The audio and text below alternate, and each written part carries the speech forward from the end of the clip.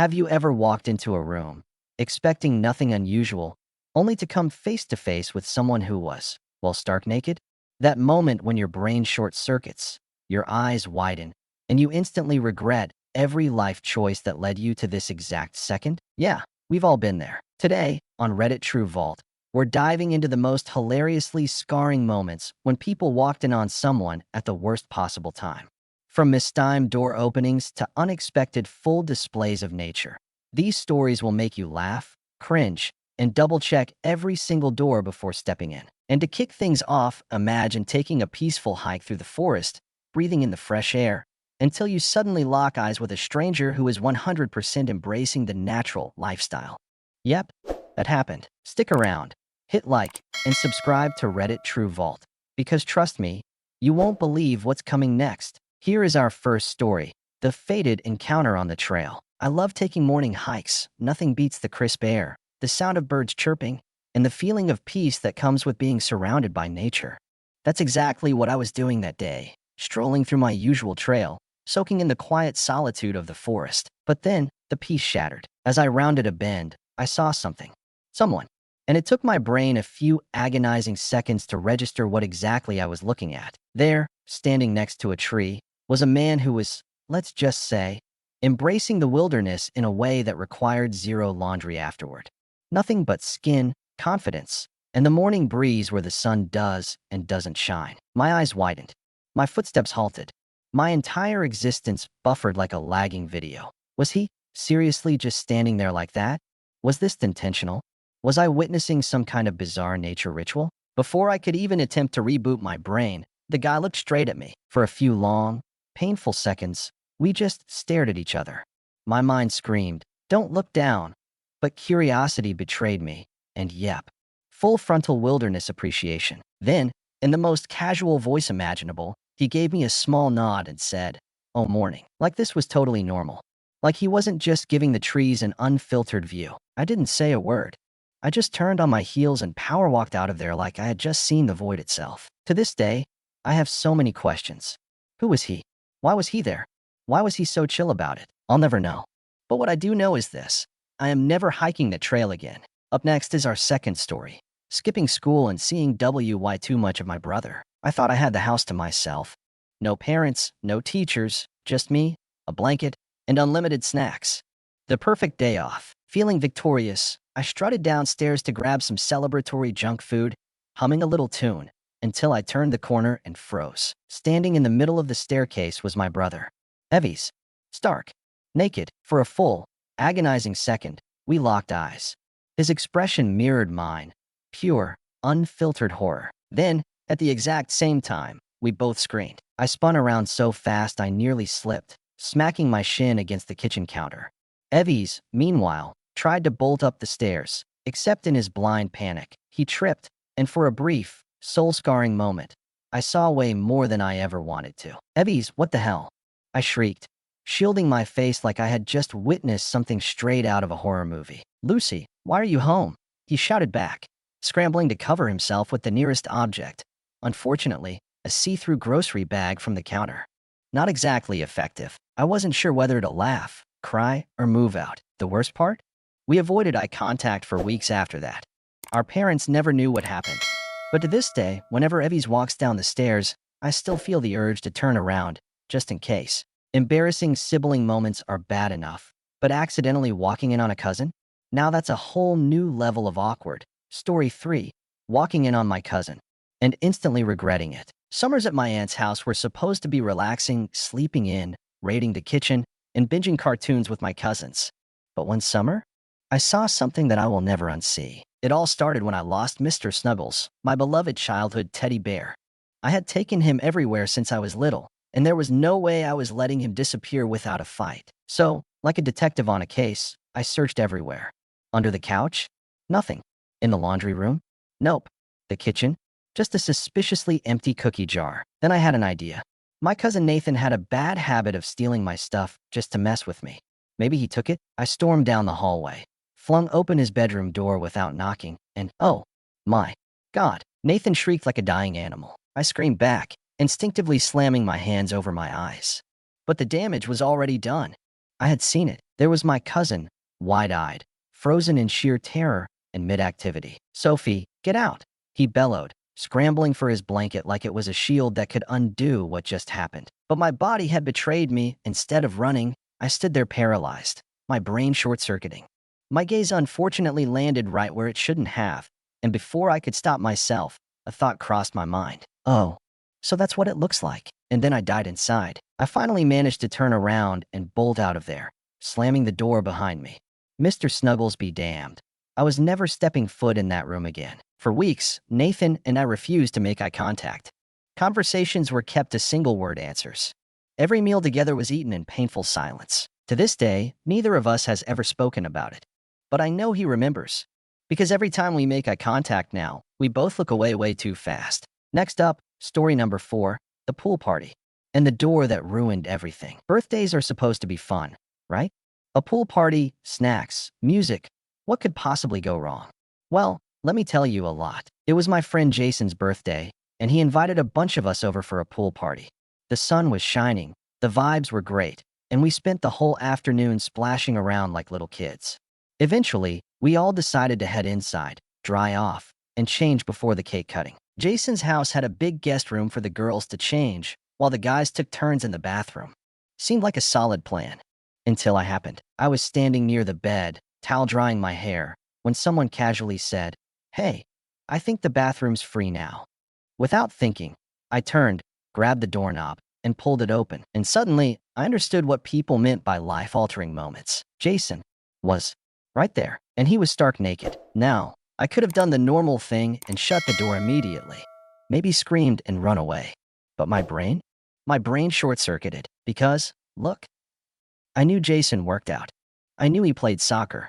But I didn't know he was built like that. For what felt like an eternity, but was actually, like, 2 seconds, I just stared. Not even in a creepy way. More like my brain was buffering, trying to process the sheer amount of information it had just been hit with. And then, before I could stop myself, my mouth decided to say, "Oh, wow." Jason blinked. I blinked. Time froze. Then it hit him. Then it hit me. I screamed. He screamed.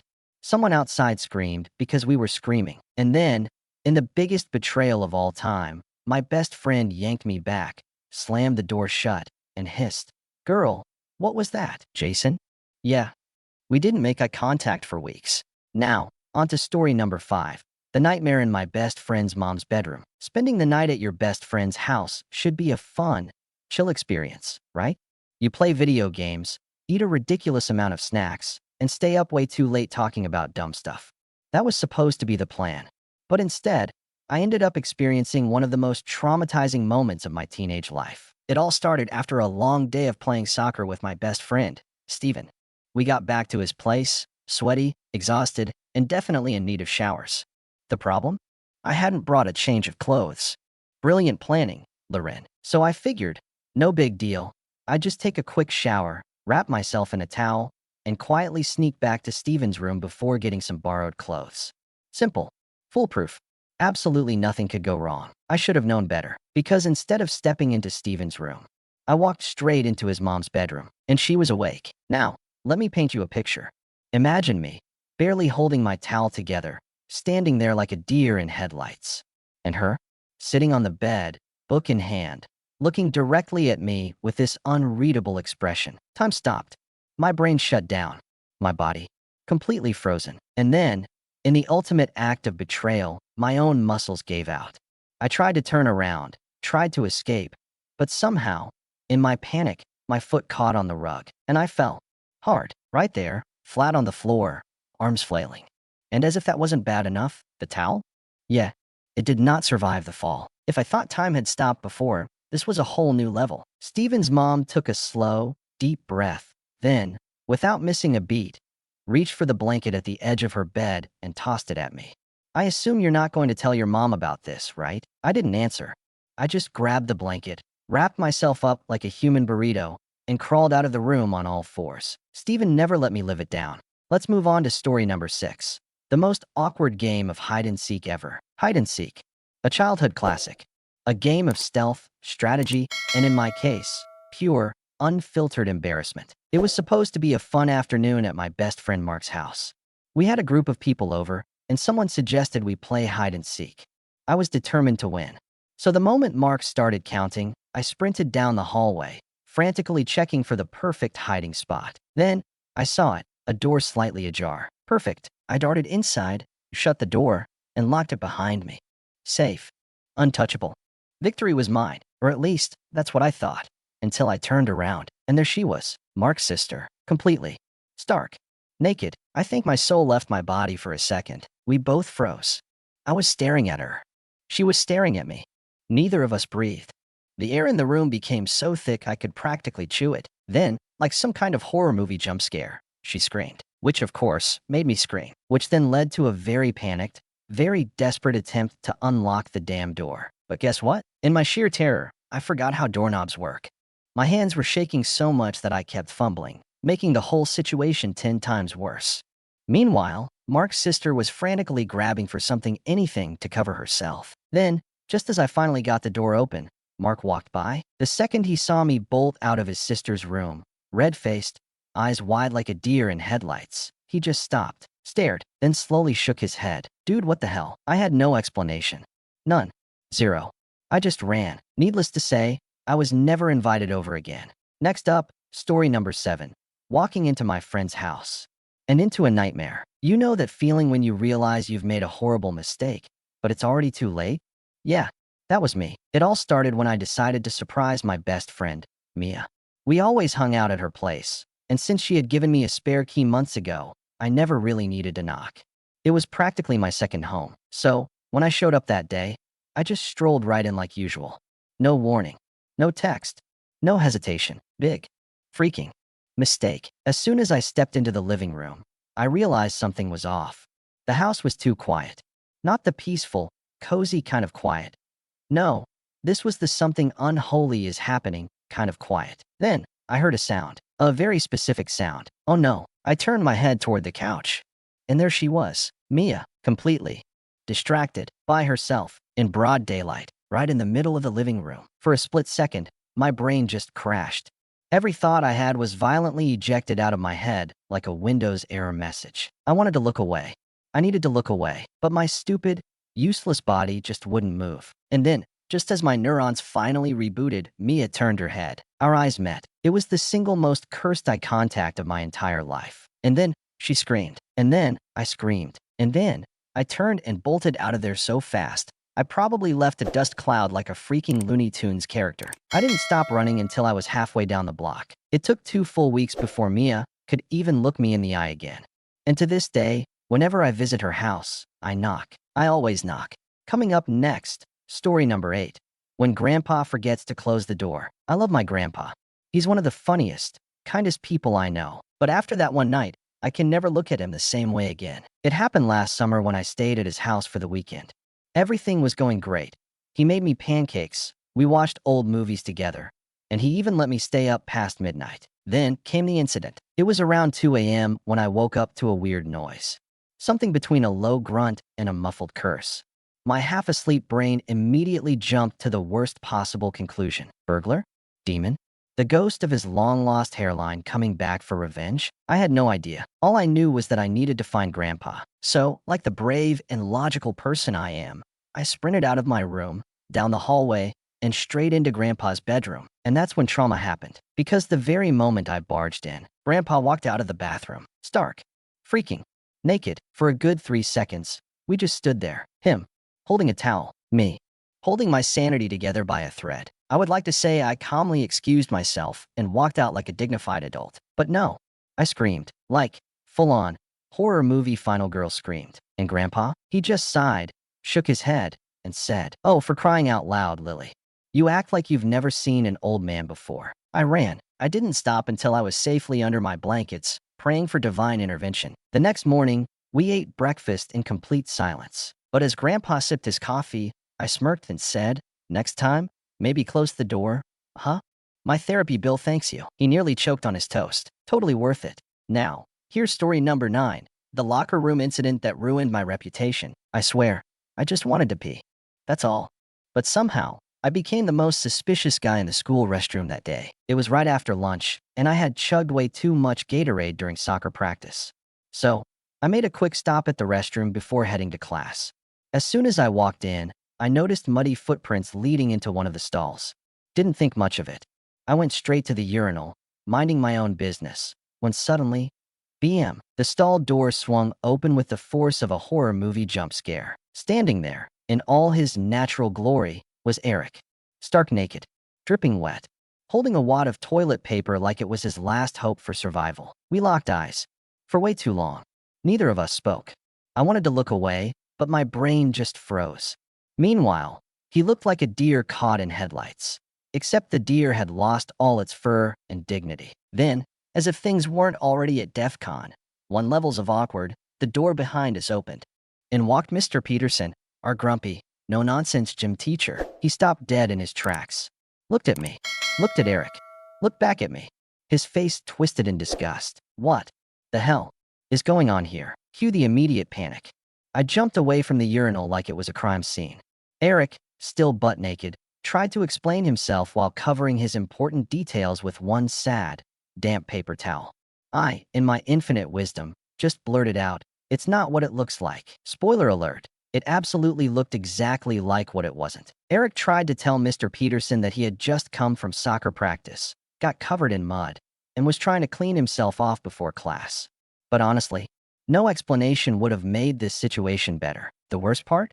Mr. Peterson didn't even say anything else. He just sighed, shook his head in disappointment, and walked out.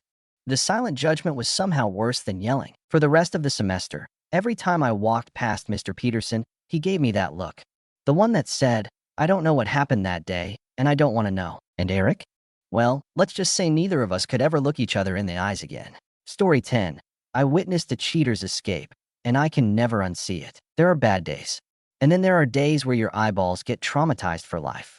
This was the second kind. I was chilling in my backyard, enjoying the sun, when bam, the neighbor's door slammed open so hard it nearly came off the hinges. And then, a man burst out, completely stark, naked. I didn't even have time to react before my eyes, betraying me, drifted downward, and that's when I saw it. Oh well, that's definitely a very, very tiny worm. I blinked.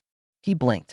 We both just stood there. And then, as if this situation wasn't already bad enough, SHE appeared. A woman, barely covered, hair messy, looking like she had just been caught in the act, peeking outside like she was checking if the apocalypse had arrived. For a split second, our gazes met. And let me tell you, the sheer panic in her eyes could have powered an entire city. She vanished back inside faster than I could process what was happening. Meanwhile, the naked dude didn't even hesitate. He took one last look at me, pure shame on his face, before launching himself over the backyard fence like a fugitive in a bad action movie. And then, the yelling started. I didn't catch the exact words, but trust me, I didn't need to. I had all the context I would ever need to piece together this absolute disaster. I stood there, mentally processing the horror I just witnessed, before whispering to myself, I really, really wish I had gone blind for 30 seconds. And that, my friends, is how I accidentally witnessed the most awkward breakup in history, and permanently lost my ability to look my neighbors in the eyes. We've all had those moments, those soul-crushing, knee-buckling, please let the ground swallow me whole kind of moments. But let's be real, the stories we just went through, they're on a whole other level. Now, we want to hear from you. Have you ever been caught in a situation so awkward, so humiliating, that you still cringe thinking about it? Drop your story in the comments below. We promise, no judgment.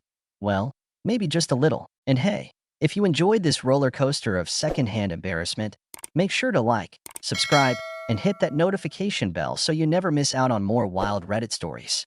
This has been Reddit True Vault, and trust us, things only get crazier from here.